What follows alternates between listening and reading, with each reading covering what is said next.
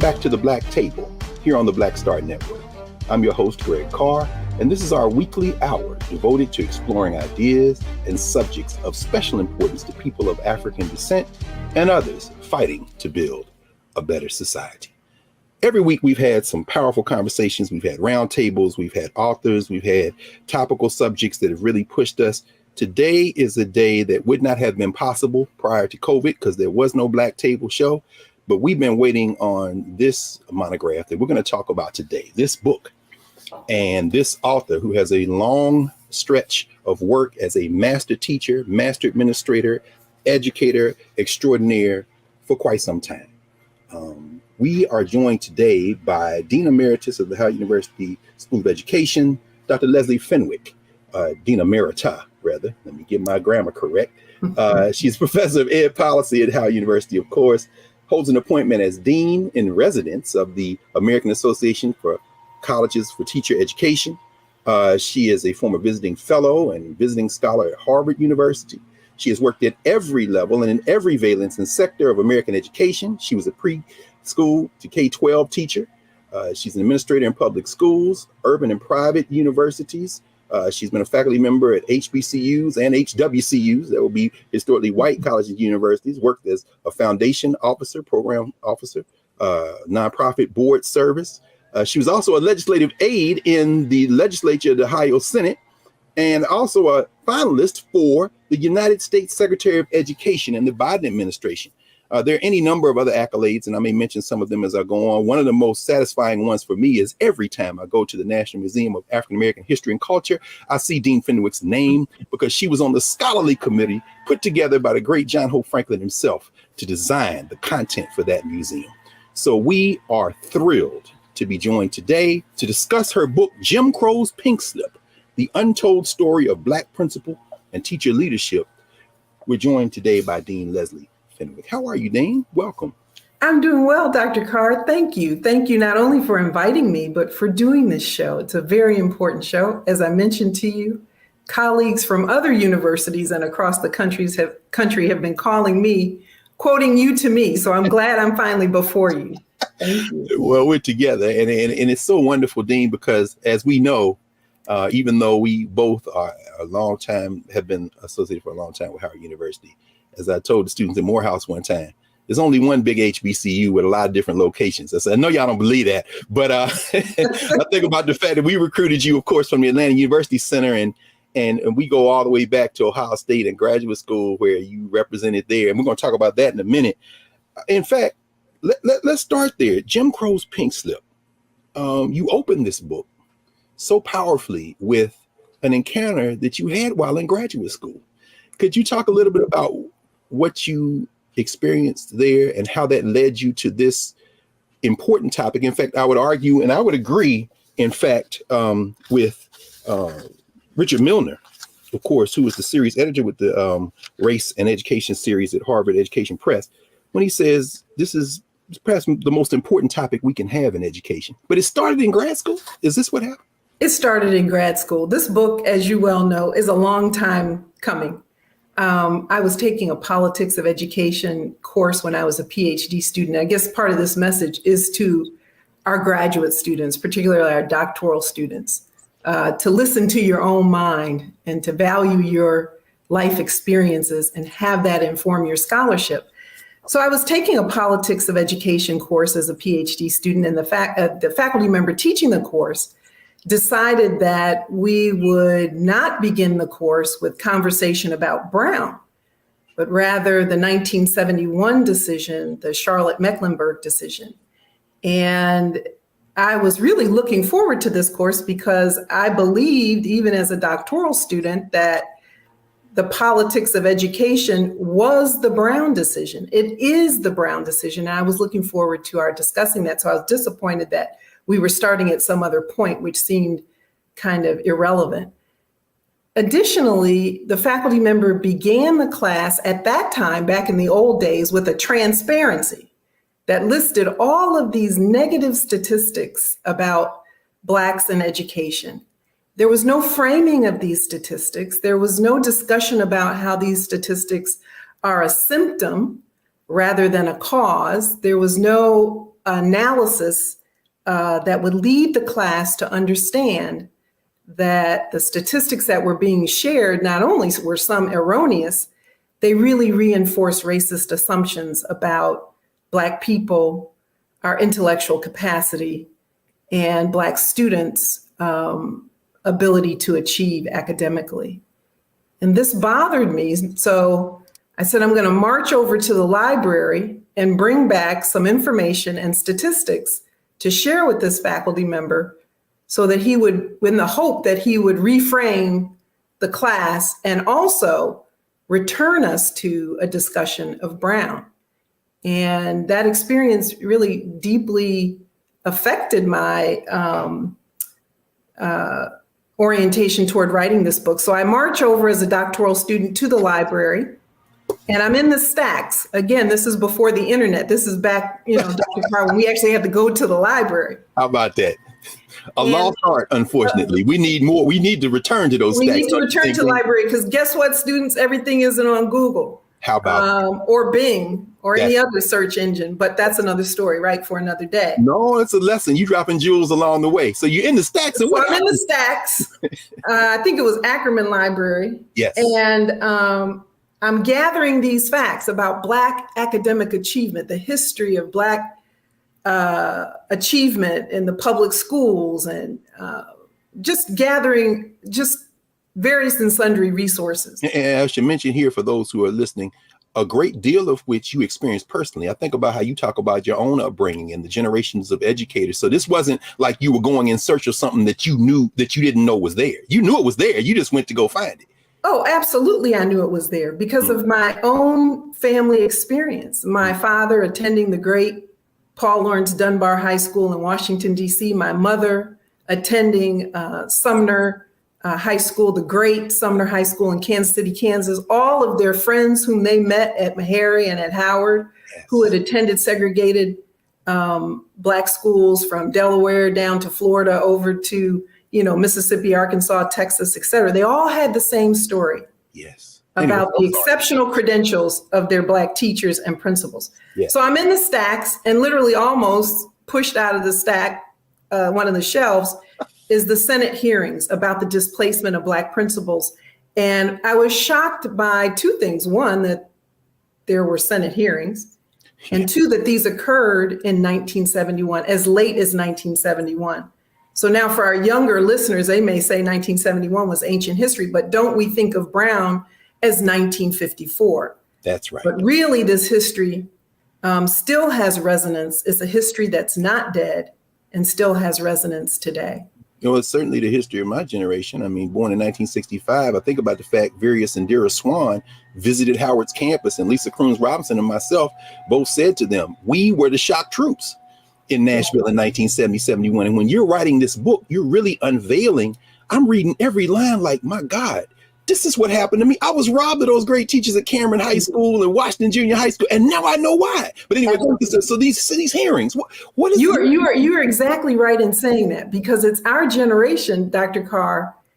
At best, we might have been the last generation who had these models of intellectual authority and models of leadership authority, models of intellectual authority in teachers and models of leadership authority in the principals. We may, if we were lucky, have been the very last generation of Black students to have experienced these generations of Black teachers who have never been replaced. I tell my students all the time, we were trained by that last generation, that greatest generation that came out of U.S. apartheid. And you can tell the difference. And I know we're going to talk about that, but this is important to get it in the beginning. So as you're looking through these Senate hearings, what is revealed to you? I mean, what do you see there? I mean, it's amazing we don't know about these hearings. It is absolutely amazing, because this is the untold part of Jim Crow's Pink Slip, the untold story of Black principal and teacher leadership. And again, this is a message to our young scholars, young PhD students, and newly minted faculty. So these Senate transcripts on the displacement of Black principals have been cited at least 100 times in the literature. And yet the singular story that's shared in the Senate transcripts has not been talked about. The Senate committee was chaired by then Senator Walter Mondale, whom you know later becomes a vice president. And it opens with the testimony of Dr. Betty Smith. Senator Mondale asks Dr. Betty Smith to talk about her experience of being fired after the Brown legal decision. And he explicitly asks her if her experience was unique and singular to her, or if she has evidence that other principals who are Black in Georgia experienced the same thing. He asks her about her academic credentials and the academic credentials of the individual whom replaced her. And this is the focus of the more than 1,500 pages of that transcript and all the supporting documentation, that we lost an exceptionally credentialed generation of Black teachers and principals as a result of massive white resistance to Brown, which was the law of the land. And this massive resistance began prior to Brown, so about 1952, and it extended well into the late 1970s.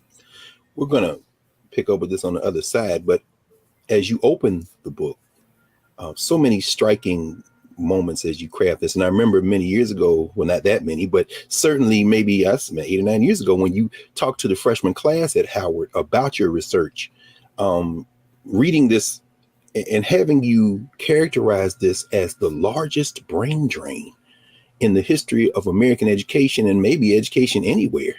It hit like a thunderclap. Mm-hmm. I mean, there was that many people then?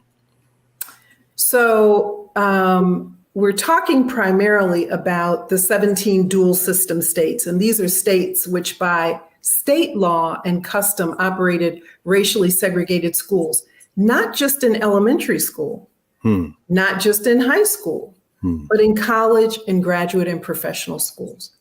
So what that meant is that Blacks who were residents of those states, who paid tax dollars to support public services in those states, could not attend public schools, colleges and universities, graduate and professional schools. Those state institutions were white reserved.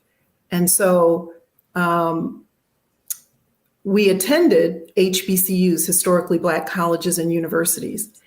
And if that individual wanted to pursue graduate or professional education, a PhD, a JD, a DDS, an MD, any such degree that was not offered by the HBCU, that Black citizen had to leave the state to earn academic credentials at the graduate level.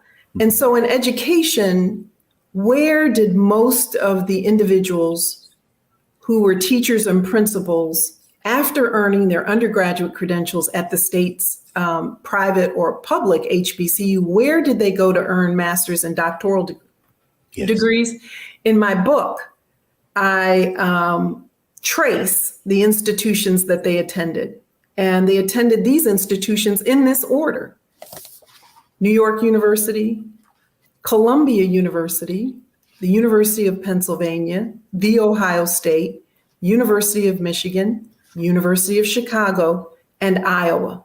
Those were the top 7 institutions attended by Black educators who were seeking graduate credentials. And they do what I call in the book an academic migration. They go north or Midwest or slightly west, earn their master's and doctoral degrees, and return to the segregated South to teach in all Black segregated schools. As early as 1926, the school that my mother attended for high school, Sumner High School, as early as 1926, 41% of the all Black faculty at my mother's high school had master's and doctoral degrees, and about 3 from University of Chicago and Harvard combined. Now, I'm not just telling that last statistic based on a family anecdote. Sure. I found this information through my research and through the Senate hearings. And that was not a fact that was only true of my mother's school. This was broadly true of segregated all Black schools, that despite sometimes dilapidated buildings, despite certain underfunding, despite used books and other curricular materials many times defaced with racial epithets, the teaching force and the leadership force, the teacher and principal workforce was exceptionally credentialed. And they had also experienced learning in a desegregated or integrated environment in their graduate school education. So they returned to the South after, as part of this academic migration, having not only superior academic credentials when compared to their white peers, but also a social experience that their white peers had not had or experienced. Yes. Can we then take a second here just to pause, and we're going to come back in our second block. And I want you to pick up right there, if you will, with us to talk about their social experiences and this return and how important it is for us to not only take note of what happened, but the implications for what this means for us today in terms of when we start thinking about diversity in education and recruiting Black teachers. We'll be back in a moment with Dean Leslie Fenwick discussing her book, Jim Crow's Pink Slip, The Untold Story of Black Principal and Teacher Leadership, here at the Black Table on the Black Star Network.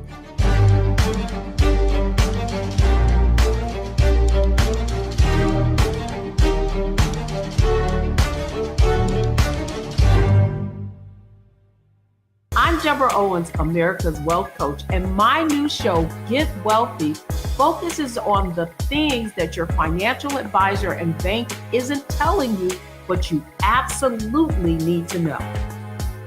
So watch Get Wealthy on the Black Star Network.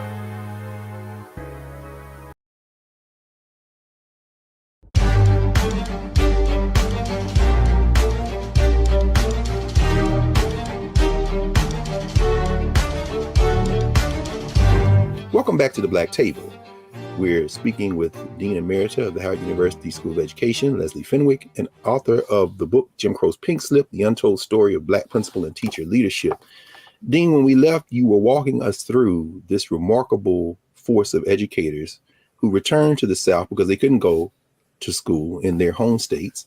I think about your colleague and our friend, the late Jim Donaldson out of Florida, Lincoln University graduate, 26-year-old PhD from the University of Illinois. So many of them in the Big Ten. I mean, I know I went to Ohio State because Jamie and McDonald Williams had gone to Ohio State in the 40s. And I think about so many who had gone to these schools, and then they came back. And of course, we think of them in terms of HBCUs, in terms of populating those faculties. But you say they were also elementary and junior high school and high school teachers and principals. So how do they stack up against their white counterparts in the apartheid South and the Jim Crow South?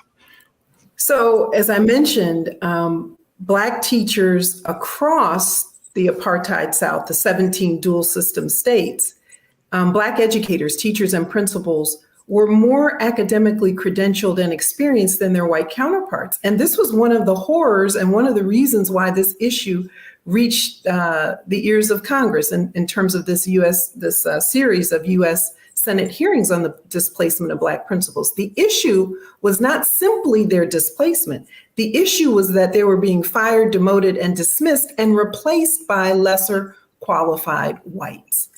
That was the issue. And that is the focus of the Senate hearings, even though no one has written about this particular focus. So, when we talk about credentials and Black people, qualifications and Black people, I don't want to begin the conversation with our most recent Supreme Court justice. I want to go back to 1952 when superintendents and school boards told qualified Black people, credentialed Black people, superiorly credentialed Black people who, against the racial constriction of the times and nearly half a step out of slavery, worked to get exceptional credentials and be effective teachers, and who were still captured by the arc of racism and purged from our U.S. public school system, much to the detriment of all students, particularly Black students, and much to the detriment of the public school system itself. So to put this in kind of numerical perspective. Oh, yes, please do. Yes. For your listening audience. Yes. Prior to 1954 in the 17 dual system states, Black educators comprised 35 to 50% of their state's teaching force or principalship force. So the educator workforce was about 35 to 50% Black. Today, out of the nation's 3.2 million teachers, less than 7% are Black. About 11% of the nation's 90,000 principals are Black, and less than 3% of the nation's 13,800 superintendents are Black. And here's something that's quite interesting. Then as now, Black educators are the nation's most academically credentialed educator. Black principals and teachers are more likely to hold a master's and doctoral degree as one indication of quality than their white peers.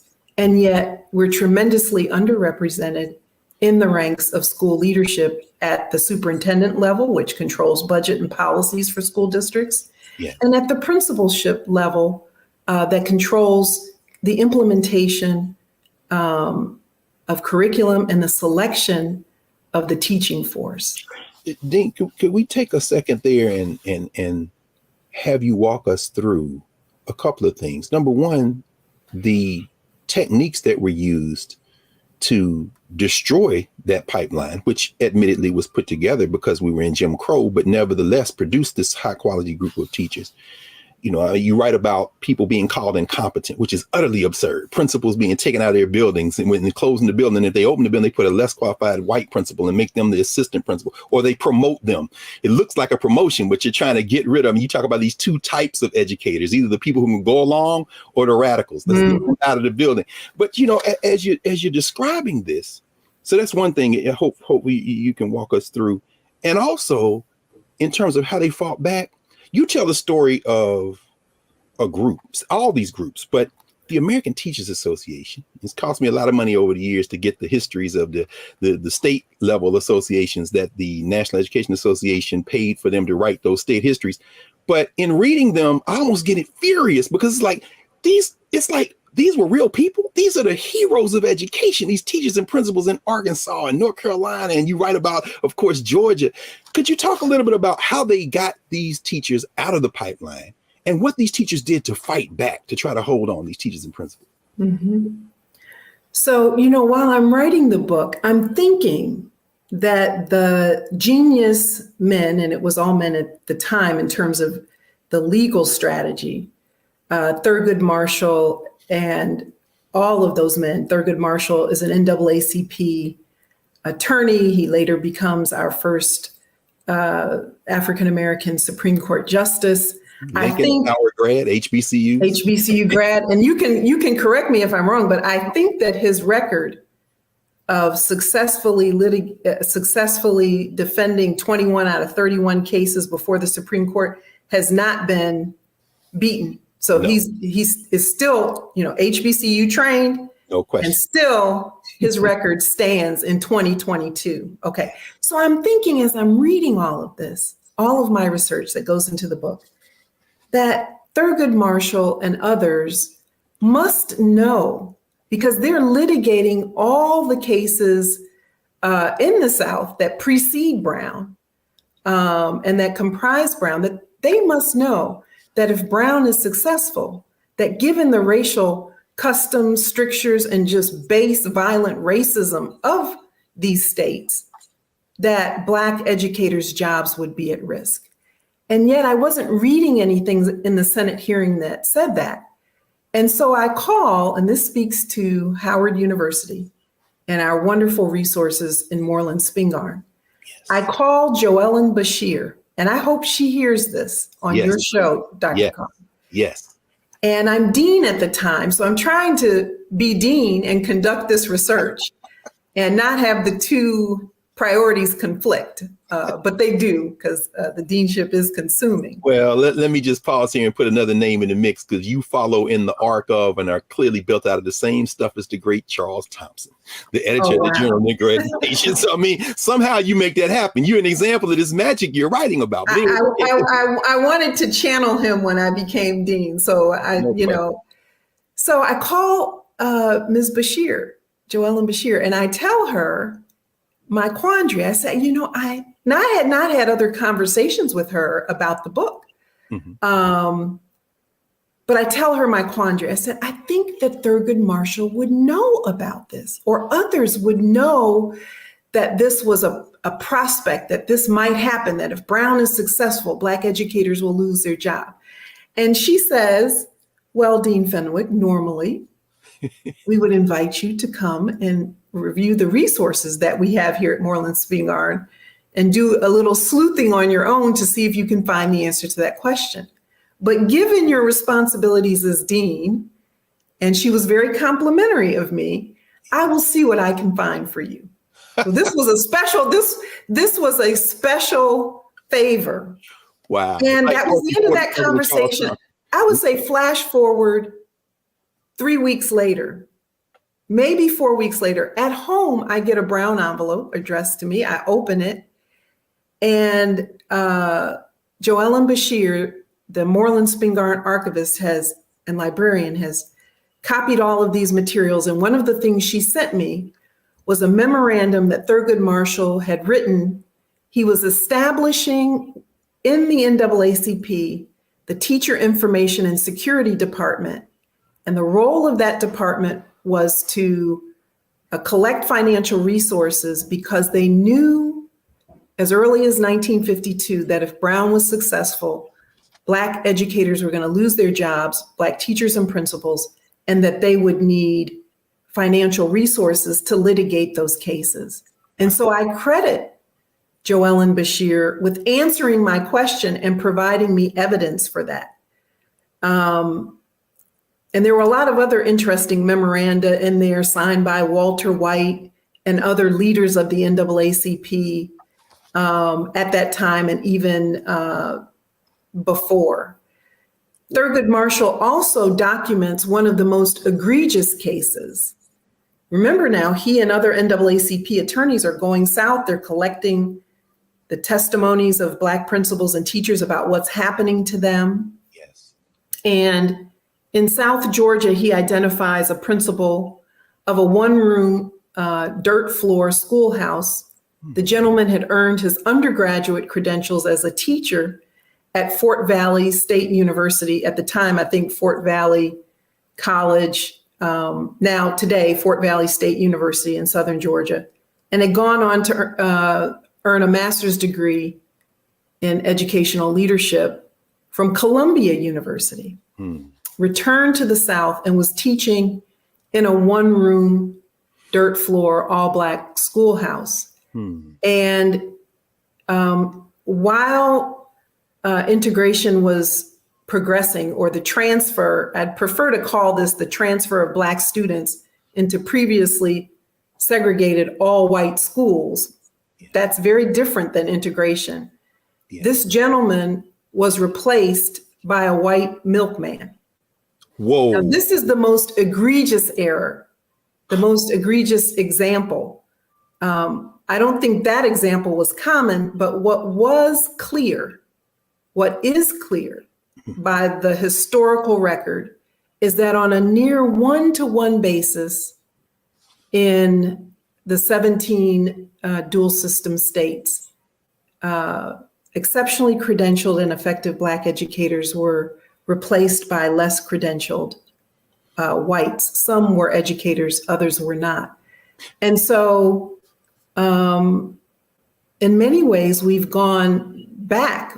There is no state today that has 35 to 50% of its educator workforce as Black.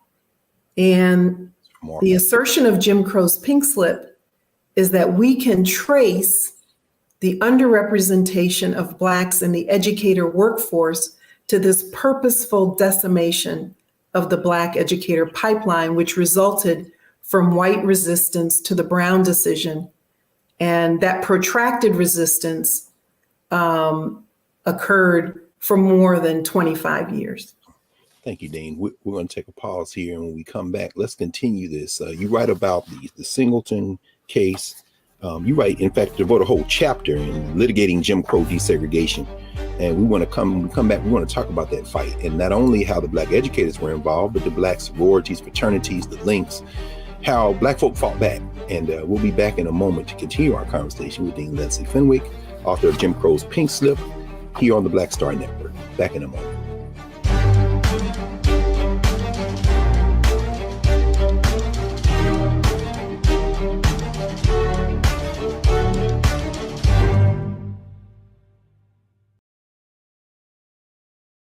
Hi, I'm Dr. Jackie Hood Martin, and I have a question for you. Ever feel as if your life is teetering and the weight and pressure of the world is consistently on your shoulders? Well, let me tell you, living a balanced life isn't easy. Join me each Tuesday on Black Star Network for A Balanced Life with Dr. Jackie. We'll laugh together, cry together, pull ourselves together, and cheer each other on. So join me for new shows each Tuesday on Black Star Network, A Balanced Life with Dr. Jackie.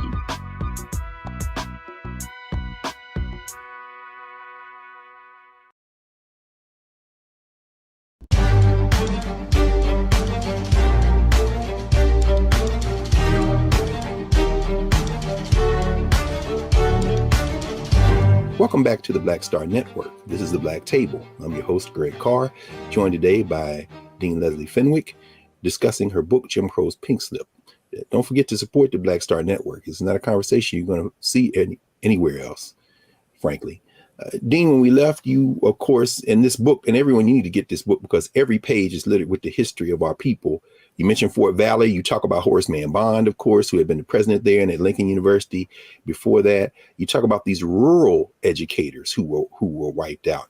And even though that egregious example that you ended last block with may be sort of an outlier, you still talk a lot about how they got these educators out of the school. How you going to call somebody incompetent who has all these degrees and all this experience, and then the legal challenges, which you write about in the chapter Litigating Jim Crow Desegregation? You know, these legal challenges, there were some successes, weren't there, in terms of trying to attack this because it's so baldly racist. Could you talk a little bit about how they fought back and how they recruited Black folk in the community to help and how the Black professional class helped as well?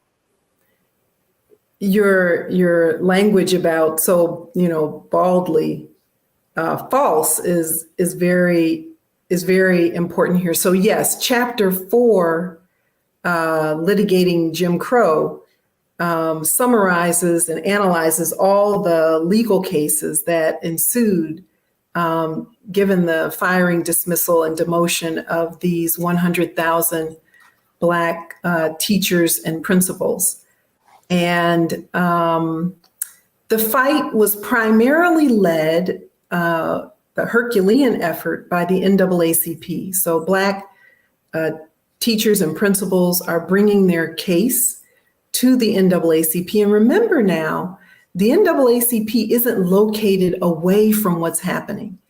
The lawyers, primarily African-American, Jewish, some white, are going into these states and they're living in these states and they're recording what's happening to Black teachers and principals. So they're not removed from the reality, the hot reality of everyday life with Black people. Absolutely. They're part of this reality. Absolutely. Let's stop. And I want to mention that we interviewed Margaret Edds, who wrote a book on Spotswood Robinson and Oliver Hill.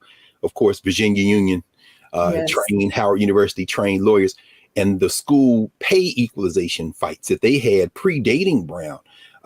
So the point you're raising now, I mean, is very important in this era when we think of Black leadership as not necessarily emerging out of Black communities. These Black folk and folks like Jack Greenberg, as you say, they are literally living with the communities they're fighting with. That's critical. It's critical. The other piece that's critical that doesn't get talked about as much is that, Black teachers, many of whom were female, are responsible for universal education public education becoming a reality in the South. And this is really well chronicled by James D. Anderson's book, which I think should be read by every person, every American. Certainly every African American person needs to read his book, The Education of Blacks in the South, because it will remove any miseducation about the vigorous pursuit of education by Black people and where that pursuit originated. It did not originate on this continent. Africans brought a deep and abiding commitment to a certain type of education and socialization of children and young people.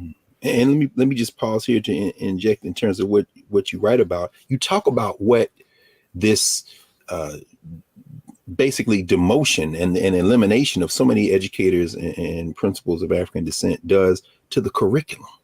It was very powerful when you wrote about that, and you talk about particularly these Black women who are not only modeling for their young people, but infusing them not only with a curriculum that in many ways is superior to the white schools in terms of the classical Eurocentric curriculum, Latin and Greek, but equally, if not more importantly, the cultural values that they represent. And I love the phrase that you use, cultural elision.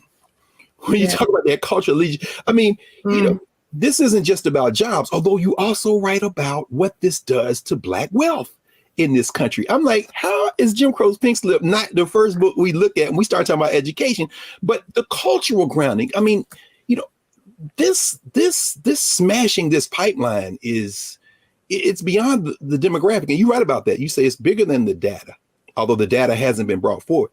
There's this cultural elision. Can you take a minute and talk about what are the implications of this for even today? So,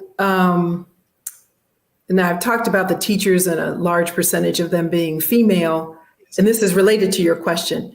And the majority of principals at the time are African-American males in the all Black segregated schools. And in all white segregated schools, the majority of principals at the time are also male. You know, it wasn't until about the late 1980s that females as a group, regardless of race, become the majority of principals. Okay.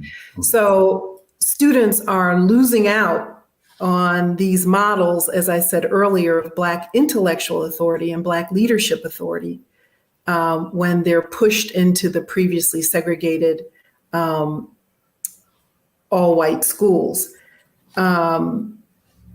You asked me so many questions there. Oh, just anywhere, because everybody has to get this book, quite frankly. And I know we're going to be teaching it. So I'm just glad this is our point of entry for so many people. But go ahead. Anywhere you want to pick, of course. Then. Well, let me talk about chapter 4, the legal cases, which it took quite some time to compile those and analyze them.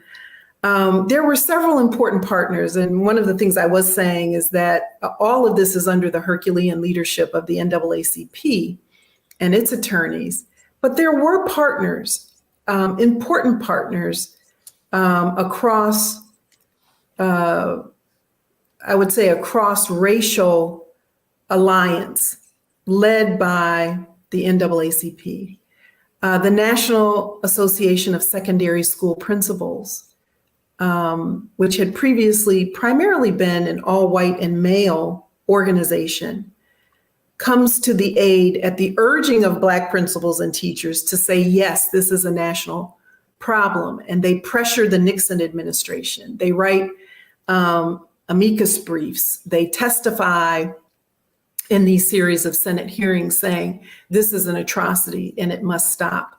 The American Friends Service Committee, which we know as a Quaker human rights organization, goes into the South.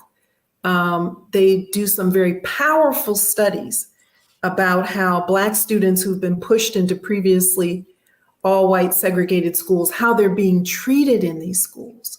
Teachers tearing up their homework, teachers requiring that they sit in the back rows, teachers requiring that students, Black students, turn their desks to the back wall, ignoring physical abuse. The American Friends Service Committee a Quaker organization committed to human rights, goes into the South and records this and has powerful studies, not only about the bloodletting, the purging of Black educators, but how students are being treated. The American Jewish Congress also lending legal support, amicus briefs, commentary and strategy to fight this horror. So one of the messages of Chapter 4 is that Black educators come to their own defense and utilize the NAACP to fight the cause. And they also, these Black educators, urge and encourage other conscious organizations cross-racially to join the fight for right. Unfortunately, most of the damage is done even as the legal process unfolds. Individuals have lost their jobs. And kind of the last thing I'll say in this next few seconds is that the economic impact to the Black community, 100,000 educators fired, dismissed, and demoted, becomes about $1 billion in terms of the cumulative financial impact. That would be about $2.2 billion in today's money. My goodness. That is, I mean, it's stunning. It's stunning to hear and to certainly see assembled.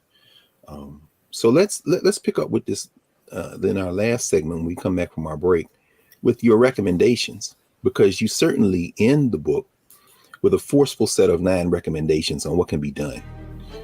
What can be done in this situation when we face this huge brain drain and the implications that it's had right through today. So when we come back with Dean Fenwick, we will end our discussion for now, pause it, of Jim Crow's Pink Slip here on the Black Star Network at the Black Table. Back in a moment.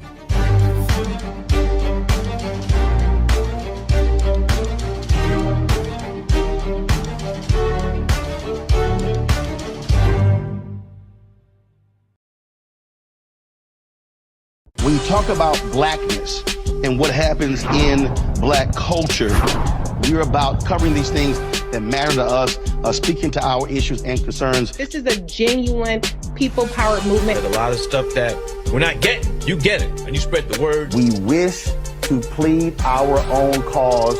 Too long have others spoken for us. We cannot tell our own story if we can't pay for it. This is about covering us. Invest in Black-owned media. Your dollars matter. We don't have to keep asking them to cover our stuff. So please support us in what we do, folks. We want to hit 2,000 people, $50 this month, raise $100,000. We're behind 100,000, so we want to hit that. Y'all money makes this possible. Checks and money orders go to P.O. Box 57196, Washington, D.C. 20037-0196. The Cash App is $RM Unfiltered. PayPal is R Martin Unfiltered. Venmo is RM Unfiltered. Zelle is Roland at RolandSMartin.com.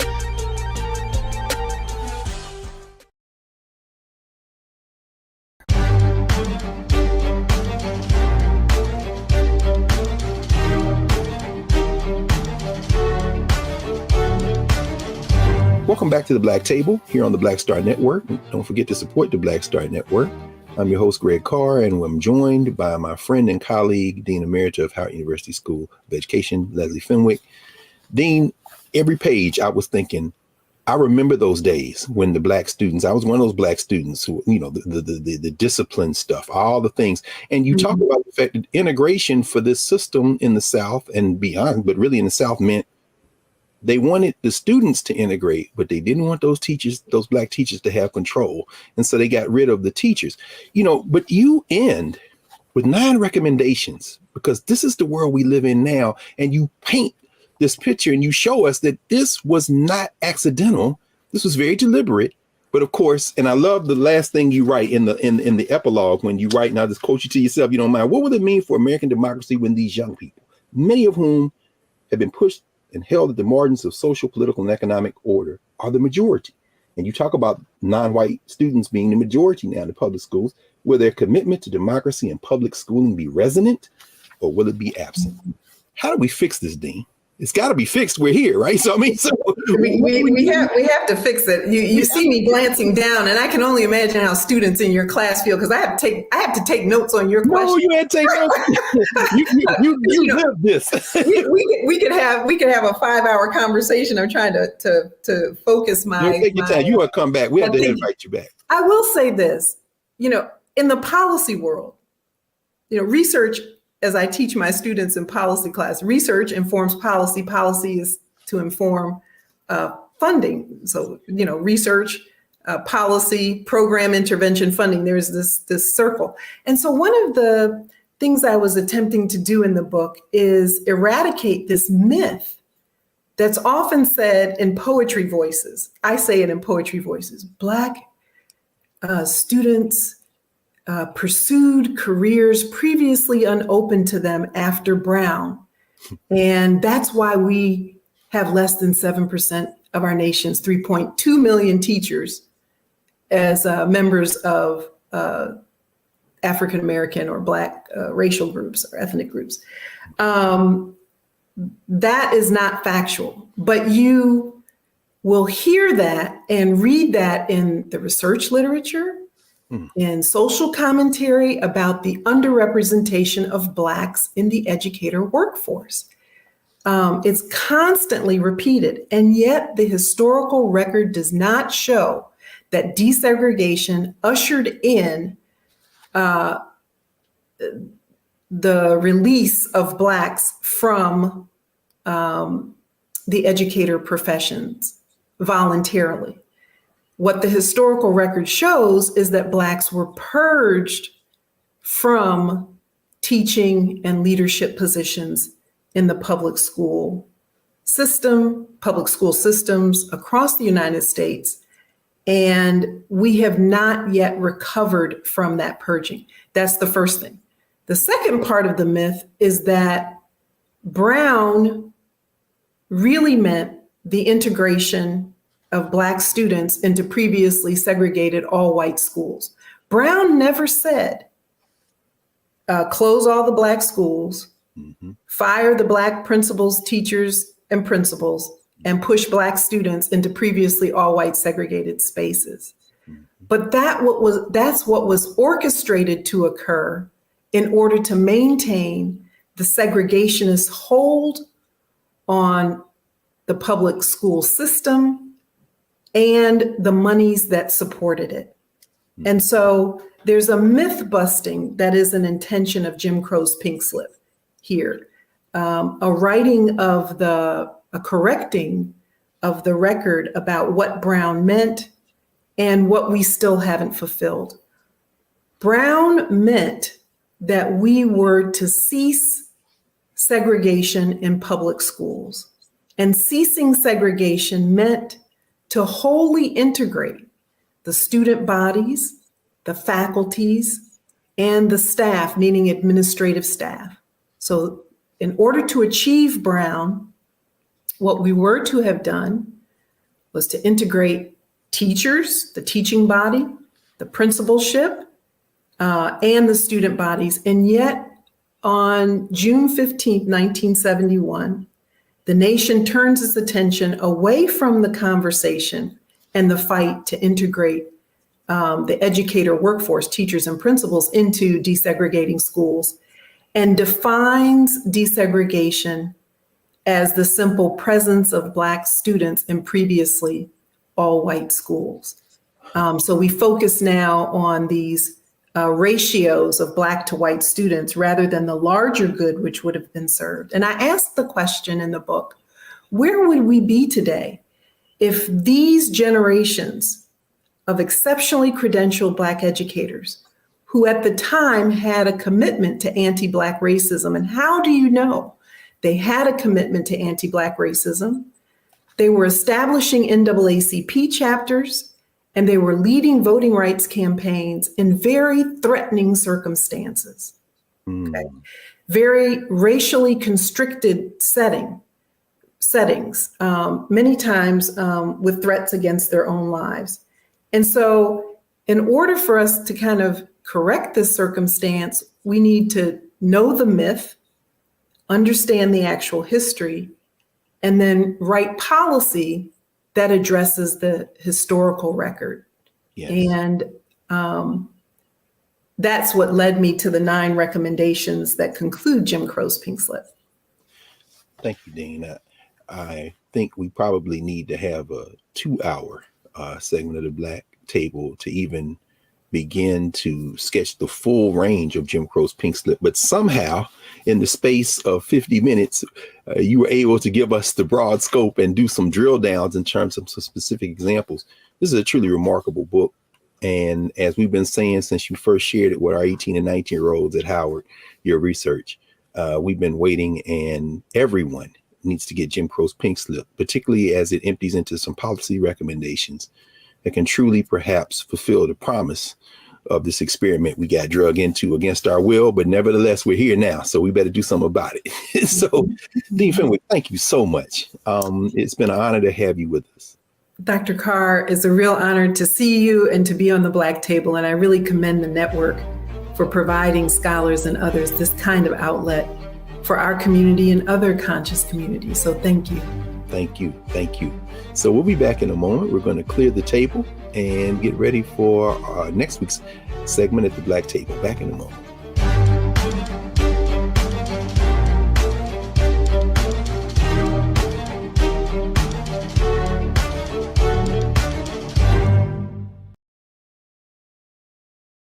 Hatred on the streets, a horrific scene, a white nationalist rally that descended into deadly violence. White people are losing their damn minds. As an angry pro-Trump mob storms the U.S. Capitol, we've seen shooting. We're about to see the rise of what I call white minority resistance. We have seen white folks in this country who simply cannot tolerate black folks voting. I think what we're seeing is the inevitable result of violent denial. This is part of American history. Every time that people of color have made progress, whether real or symbolic, there has been what Carol Anderson at Emory University calls white rage as a backlash. This is the rise of the Proud Boys and the Boogaloo Boys. America, there's going to be more of this. Here's all the Proud Boys, guys. This country is getting increasingly racist in its behaviors and its attitudes because of the fear of white people. The fear that they're taking our jobs, they're taking our resources, they're taking our women. This is white fear.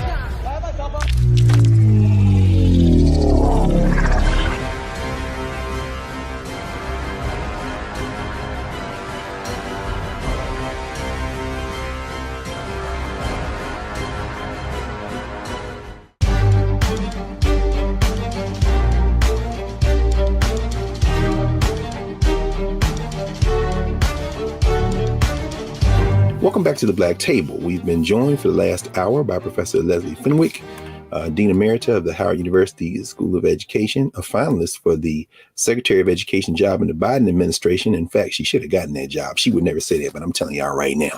And some of you didn't know Dean Fenwick before, you know now why that would have been a good move. So many other things. She is an institution builder. She certainly is a co-founder of the Urban Superintendents Academy, and under her leadership as Dean of Howard School of Education, working hard to rebuild that pipeline of Black educators. So we're going to close today with a reminder from the great W.E.B. Du Bois, who Dr. Fenwick writes about, when he addressed Black educators at Johnson C. Smith University in Charlotte, North Carolina in 1960, in a speech he gave entitled Whither Now and Why. You've heard me talk about that before. And he said, you know, segregation is going to end. These laws are going to change. And when they do, we're going to be faced with the deeper issues of race, culture. And if we don't address these issues of race and culture as it relates to education, our children are going to be pulled into a system where they will be defenseless. And as we heard Dean Fenwick say, this was something that the NAACP anticipated and yet found itself powerless to prevent in the face of structured opposition, not just from the South, but in some cases from the federal government, from the testing agencies like ETS and others. And so we are faced now with a challenge. Will we educate our young people in this country, or will we surrender to the forces who simply want to choose something else over our common humanity? We know the answer to that is up to us, and we will meet the challenge. Join us next week at the Black Table. We will continue, and don't forget to support the Black Star Network. Thank you.